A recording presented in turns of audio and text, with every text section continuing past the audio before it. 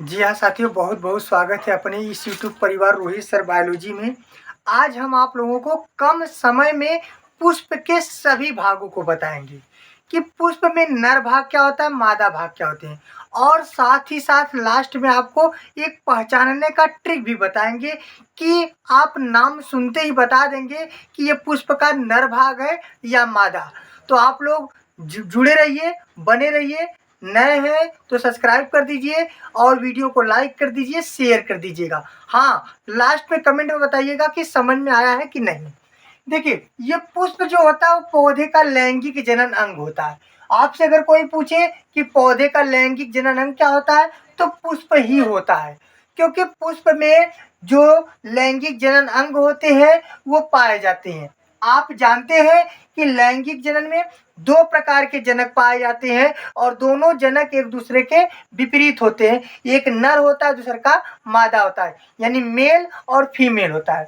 तो इसमें आप लोगों को हम बताएंगे। सबसे पहले यह एक पूर्ण पुष्प की संरचना है, यानी this is a complete flower. यह एक पूर्ण पुष्प की संरचना है। तो पूर्ण पुष्प में कुल कितने भाग होते हैं आपको बताएंगे कि 4 भाग ही पाए जाते हैं, और लास्ट में आपको नाम सही बताएंगे। सबसे पहले देखिए कि पुष्प में नीचे वाले भाग का क्या नाम है। देखिए, इसके नीचे वाले भाग का नाम होता है पुष्प वृंत। क्या नाम होता है? पुष्प वृंत होता है। आपको बता दें कि पुष्प धन वृंत माने कि पुष्प माने होता है, पुष्प वृंत माने होता है डंठल, यानी पुष्प का ये डंठल नुमा जो भाग दिख रहा है इसे पुष्प वृंत कहते हैं।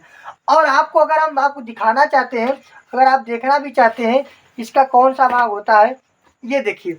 ये अगर पुष्प है, देखिए ये पुष्प का ये जो डंठल नुमा भाग है जो शाखा से जुड़ा होता है, इसी को हम कहते हैं पुष्प वृंत कहते हैं। अगला है पुष्पासन, यानी पुष्पधन आसन।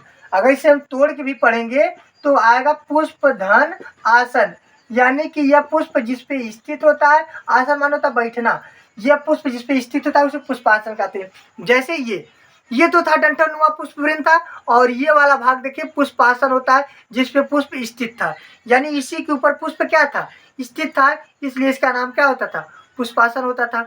ये हो गया।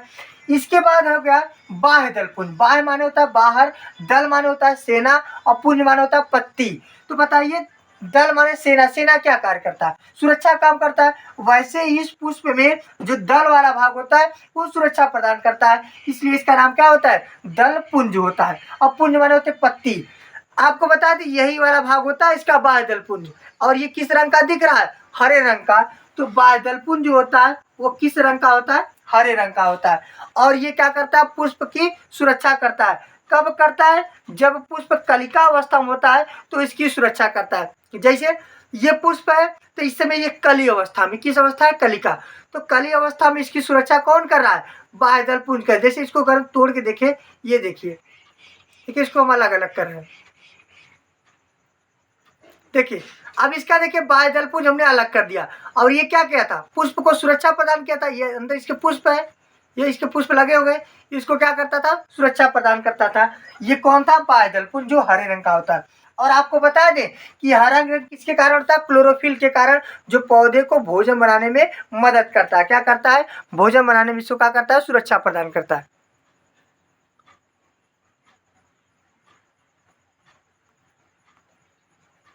ठीक है ना। अब इसके बाद बात करेंगे दल पुंज का। किसका बात करेंगे, दल पुंज। ये देखिए दल पुंज जो होता है रंगीन होता है। कैसा होता है, रंगीन होता है, और ये सुगंधित भी होता है। यानी पुष्प का सुगंधित भाग कौन होता है, तो वो होता है दल पुंज होता है। और रंगीन भाग कौन होता है, दल पुंज ही रंगीन होता है। यानी ये पुष्प है, इसका ये जो रंगीन भाग दिख रहा है ये क्या होता है, दल पुंज होता है। आपको हम बता दें, एक ट्रिक बता रहे हैं आपको को, कि ये रंगीन और सुगंधित इसलिए होता है क्योंकि यह कीटों को आकर्षित करता है। क्या करता है, कीटों को आकर्षित करता है। और कीटों को इसलिए आकर्षित करता है क्योंकि परागण होने के लिए।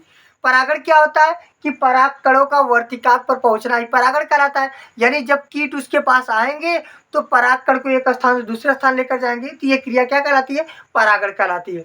तो ये रंगीन होता है और महक होता है।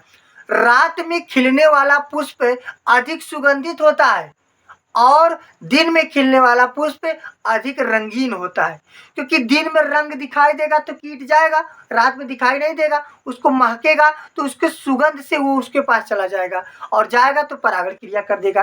ठीक है ना, ये दो भाग समझ में आ गया। इसके बाद पुष्प में ये भाग देखिए परागकोश है, ये भाग क्या कहलाती है, परागकोश है। और परागकोश में नीचे जो होता है ये पूतंतु होता है, और परागकोश के अंदर क्या भरा होता है, परागकण होता है। क्या होता है, परागकण। आपसे पूछे परागकण कहाँ पाया जाता है, तो परागकण परागकोश में पाया जाता है। तो परागकोश, परागकण और पूतंतु ये किसका भाग होता है, पुंकेसर का होता है, इसलिए इसे पुमंग भी कहा जाता है। और पुंकेसर या पुमंग पुष्प का नर भाग होता है। कौन भाग होता है, नर भाग होता है। आपके लिए पहचानने के लिए आता है कि बताइए पूतंतु पुष्प का नर भाग है कि मादा, तो ट्रिक बता रही है। यदि आपको प दिखाई दे, जैसे ये नर है तो नर को हम पुरुष कहते हैं, तो पुरुष में देखिए प हो गया, यानी अगर आपको जहां जहां प दिखाई दे दिया वो पुष्प का नर भाग है। देखिए प से परागकोश, प से परागकण, प से पूतंतु, प से पुंकेसर, प से पुमंग, यानी जहां आपको प से दिखाई दे दिया वो पुरुष का नर भाग होता है, नहीं पुरुष या नर भाग होता है पुष्प का ही। अब इसके मादा भाग की बात करेंगे तो मादा भाग जो बीच में होता है, सबसे ऊपर होता है वर्तिकाग्र होता है, जो बीच में नलिकाकार भाग इसे वर्तिका कहते हैं, तथा नीचे फूला हुआ भाग क्या होता है, अंडाशय होता है। और वर्तिका, वर्तिकाग्र, अंडाशय यानी यह तीनों पुष्प का कौन भाग कहलाता है, मादा भाग कहलाता है। क्या कहलाता है, मादा। इसे हम लोग स्त्री केसर या जायांग के नाम से जानते हैं, स्त्री केसर या जायांग के नाम से जानते हैं।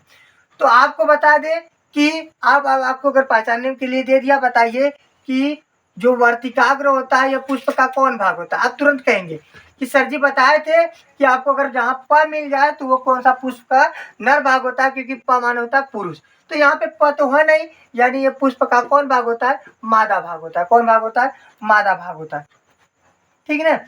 इसके बाद बात करेंगे कि पुष्प में कुल कितने भाग होते हैं मुख्यतः, तो मुख्यतः पुष्प में 4 भाग होते हैं। कितने भाग होते हैं, 4 भाग। पहला क्या होता है, बाह्य दलपुंज, दूसरा का क्या होता है, दलपुंज, तीसरा का क्या होता है, पुमंग, और चौथा क्या होता है, जायांग। एक पूर्ण पुष्प में कुल कितने भाग होते हैं, 4 भाग ही पाए जाते हैं। पुमंग होता है, जायांग होता है, बाह्य दलपुंज और दलपुंज। आपको बता दें इसका नाम हो गया बाह्य दलपुंज, इसका नाम क्या हो गया, बाह्य दलपुंज, इसका नाम क्या हो गया, दलपुंज हो गया है। और ये ऊपर जैसे जो दिख रहा है येलो येलो कलर का, पीला कलर का, ये हो गया पुमंग। और ये बीच वाला जो भाग है, ये जो बीच वाला भाग दिख रहा है ये जायांग भाग है। और फूला हुआ भाग अंडाशय होता है। और इसी के अंदर क्या पाया जाता है, बीजांड पाया जाता है, जो परिवर्तित होकर के बीज का निर्माण करता है। और ये था पूरी पुष्प की संरचना, एकदम शार्ट काट तरीके में याद करने का सही तरीका है। नहीं समझ में आया तो वीडियो को रिपीट करके देखिएगा, जरूर समझ में आएगा। अगर समझ में आया हो तो लाइक करना मत भूलिएगा, शेयर कर दीजिएगा। ठीक है, तब तक के लिए नमस्कार, धन्यवाद।